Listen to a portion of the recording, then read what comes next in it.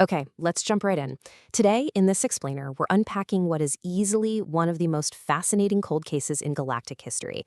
We're going to follow a meticulously careful alien officer named Fleet Captain Villeneuve into this dark, seemingly empty patch of space known as the Bristol Sector. Now, for decades, this area has been completely blocked off on all official star maps, just written off as an unsolvable void. But Villeneuve, he's determined to find a logical pattern in the darkness, and what he actually discovers out there, well, it completely upends everything his species knows about survival, danger, and honestly, the sheer audacity of humanity. To really wrap our heads around the scale of this mystery, we have to start with a single, incredibly heavy number: 31. 31 fully operational ships from a dozen different species just vanished into the Bristol sector over the course of 40 years.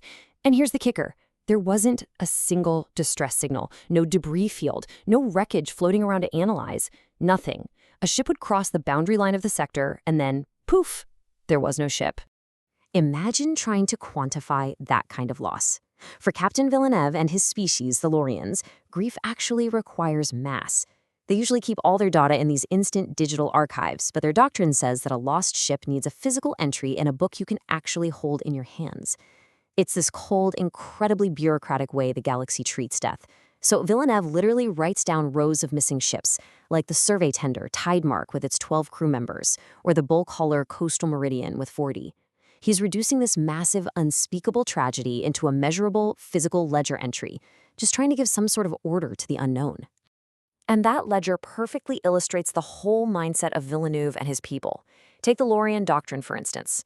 To a Lorian, a hazard isn't some enemy you gear up to fight, it's simply weather. It's just another data point. You observe it, you enter it into your navigational charts, and you strictly avoid it.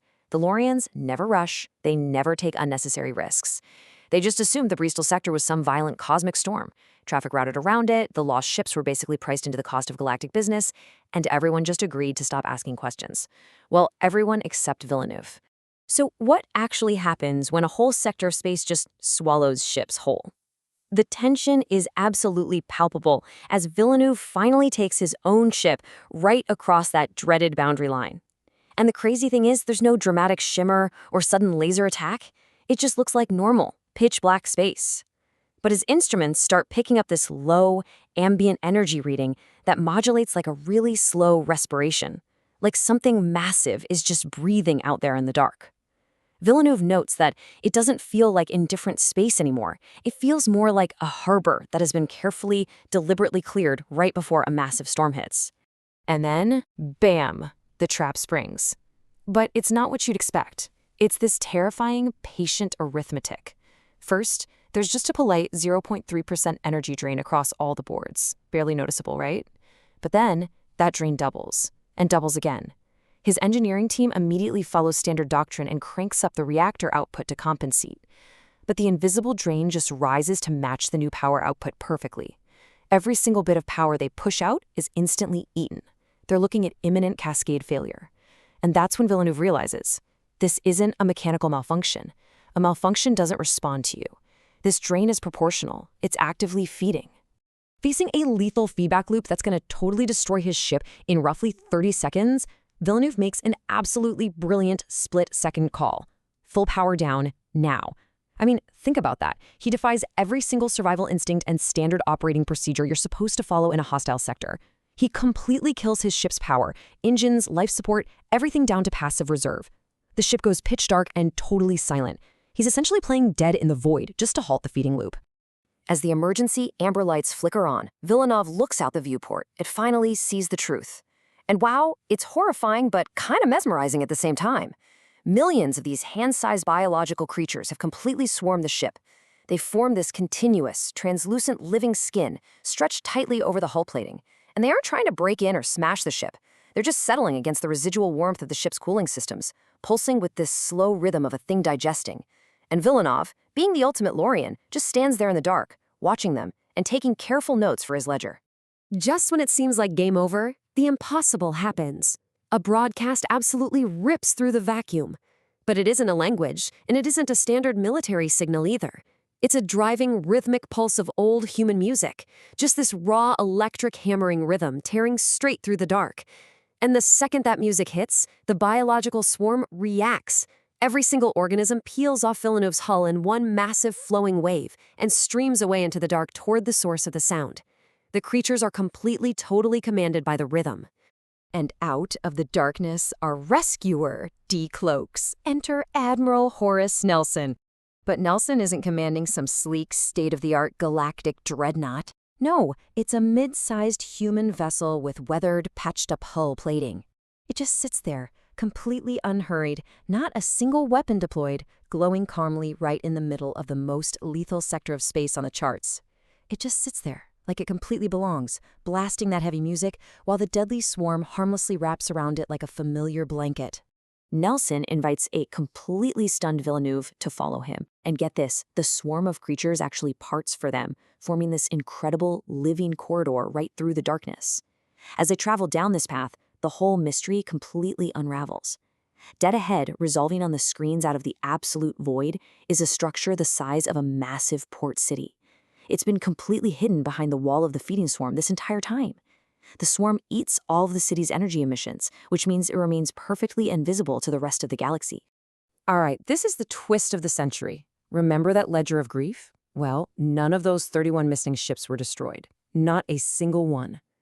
They are all right here, sitting in a massive docking bay, completely refitted and operational. There are literally hundreds of residents from a dozen different species living together. There's a school, there's a local market where people are haggling over fresh produce and boots.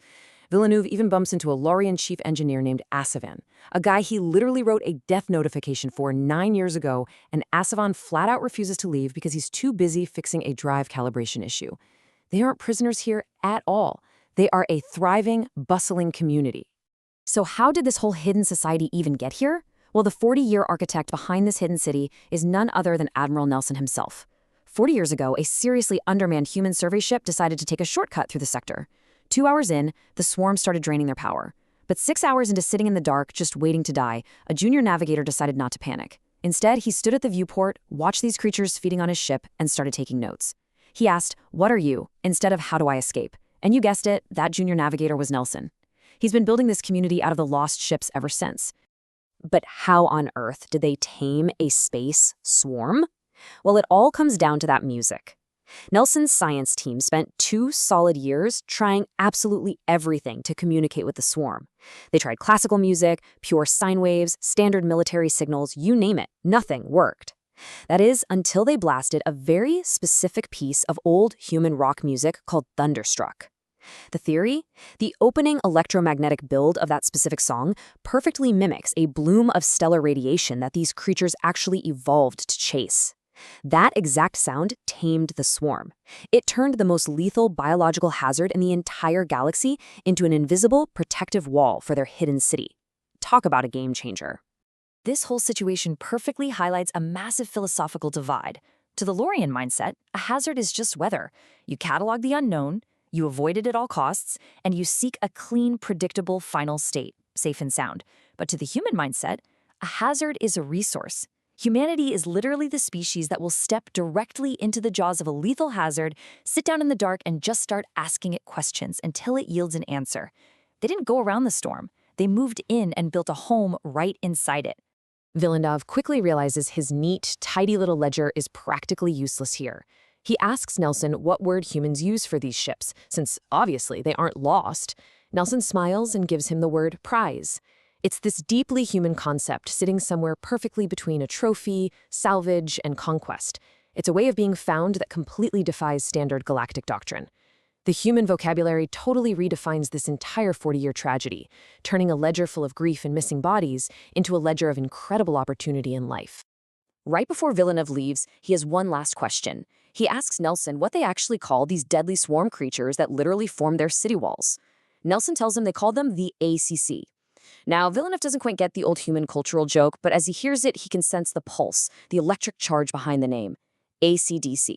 It's a name given with a laugh by people who understood the monster well enough to tame the whole shebang with a rock song. Which brings us to our final takeaway. The Bristol sector wasn't a graveyard at all. It was an incubator for those brave enough to just stop and listen to the dark. So I'll leave you with this.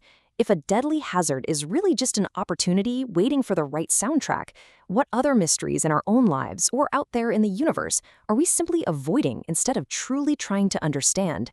Keep questioning the unknown, and I'll catch you in the next explainer.